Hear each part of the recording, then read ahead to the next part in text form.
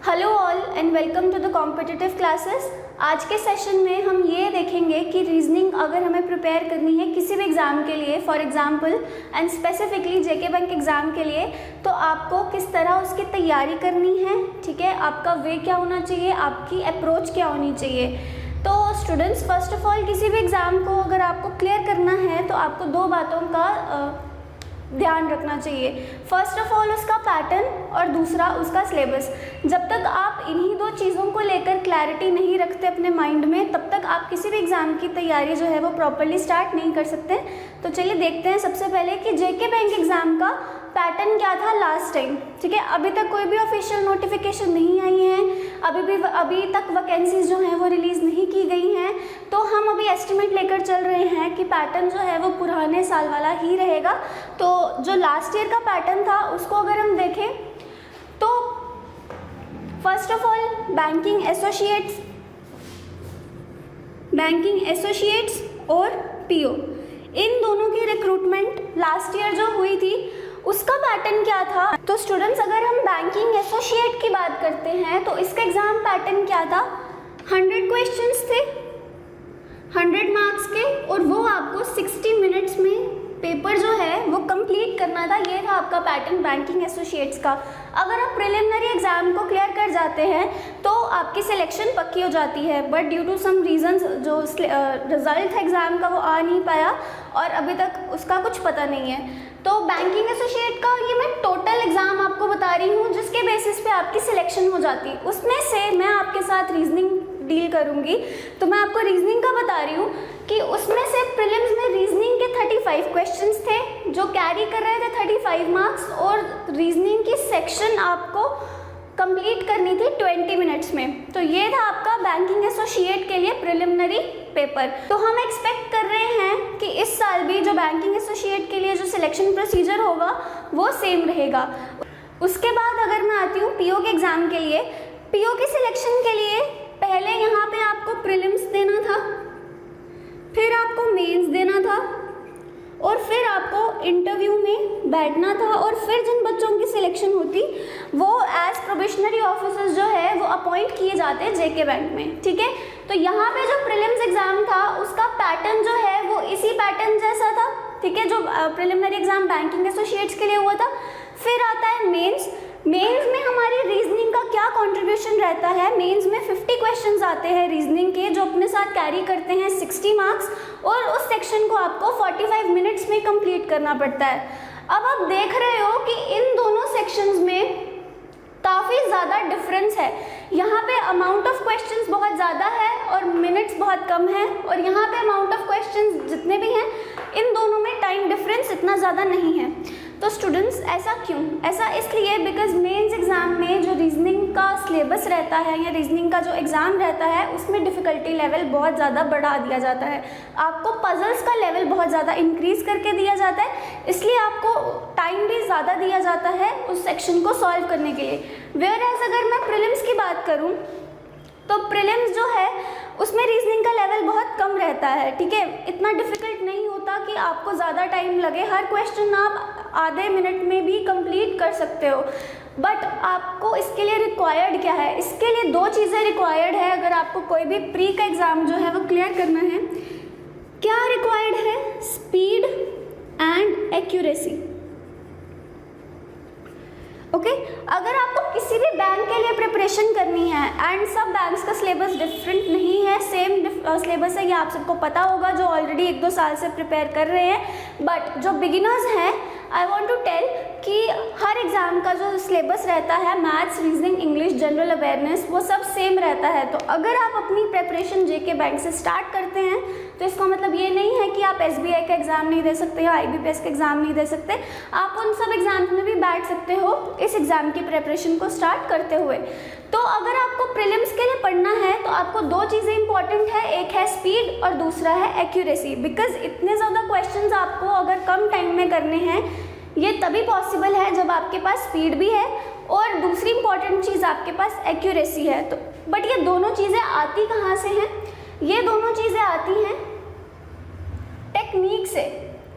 अगर मेरे पास टेक्निक है, टेक्निक से क्या मतलब है कि मुझे क्वेश्चन सॉल्व करने का बेसिक मेथड तो पता ही है, बट साथ ही साथ मुझे कुछ ऐसे शॉर्टकट्स या ट्रिक्स भी पता है जिससे मेरा क्वेश्चन जल्दी से जल्दी सॉल्व हो सकता है। तो इन दोनों चीज़ों की हेल्प से, इन दोनों चीज़ों की मदद से हम स्पीड और एक्यूरेसी को एक्वायर करते हैं और हम 35 क्वेश्चंस को 20 मिनट्स में कंप्लीट कर सकते हैं।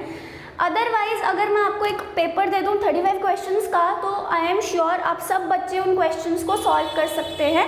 अगर मैं आपको बैंकिंग एसोसिएट लेवल का रीजनिंग का पेपर दे दूँ, ठीक है, बट प्रॉब्लम कहाँ आएगी? प्रॉब्लम वहाँ आएगी जब उस पर एक टाइम कैप लग जाएगी कि मुझे 20 मिनट्स में आपका ये पेपर सॉल्व चाहिए।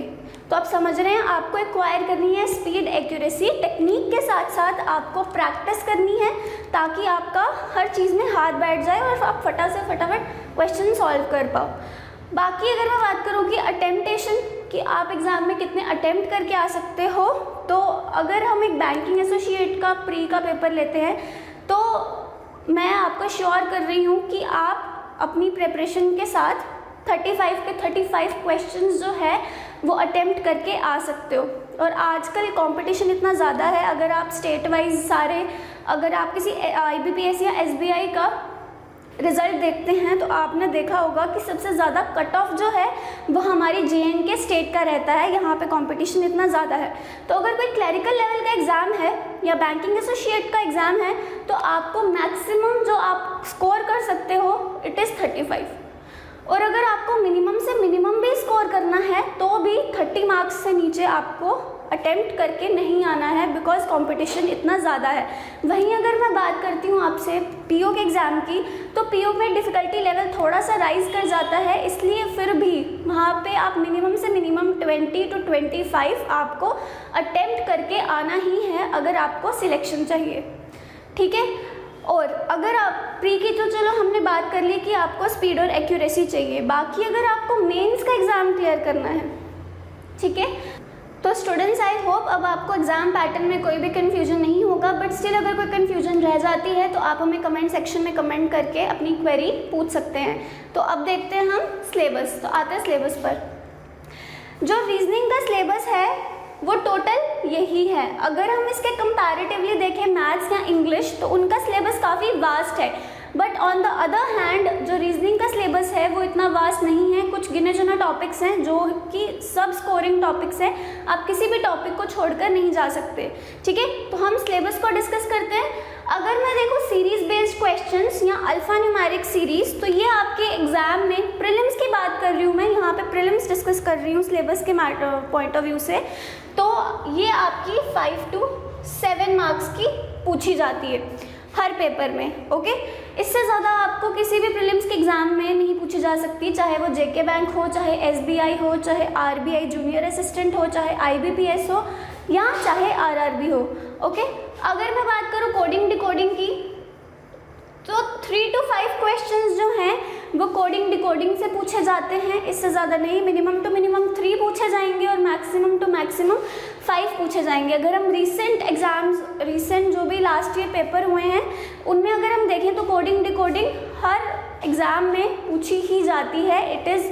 बट अगर मैं बात करूँ ब्लड रिलेशंस की, तो 2 से 3 क्वेश्चंस जो हैं वो इस चैप्टर से पूछे जाते हैं। फिर एंड डायरेक्शंस एंड डिस्टेंस 3 से 5 क्वेश्चंस जो हैं वो इस सेक्शन से पूछे जाते हैं। इनइक्वालिटी 3 से 5 क्वेश्चंस हर एग्जाम में पूछे जाते हैं। सिलोगिज्म 3 to 5 क्वेश्चंस जो हैं वो इस टॉपिक में से आते हैं। फिर अगर हम आते हैं पजल्स पे, तो 15 to 20 क्वेश्चंस जो हैं वो इस टॉपिक से पूछे जाते हैं, 15 to 20। तो आप देख सकते हो कि इन सबसे ज़्यादा और इनपुट आउटपुट 5 मार्क्स की आपको पूछी जाती है। अगर आप देख सकते हो कि सबसे ज़्यादा जो वेटेज है वो हमारी पजल्स कैरी करती हैं अपने साथ with 15 to 20 marks.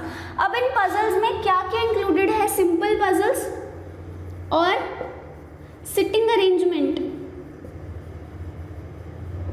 Okay. Sitting arrangement भी इसमें इंक्लूडेड है। अगर या तो आपको सर्कुलर पूछा जा सकता है, या तो आपको स्क्वायर पूछा जा सकता है, या तो आपको फ्लोर बेस्ड पूछा जा सकता है, या आपको रोज पूछी जा सकती हैं।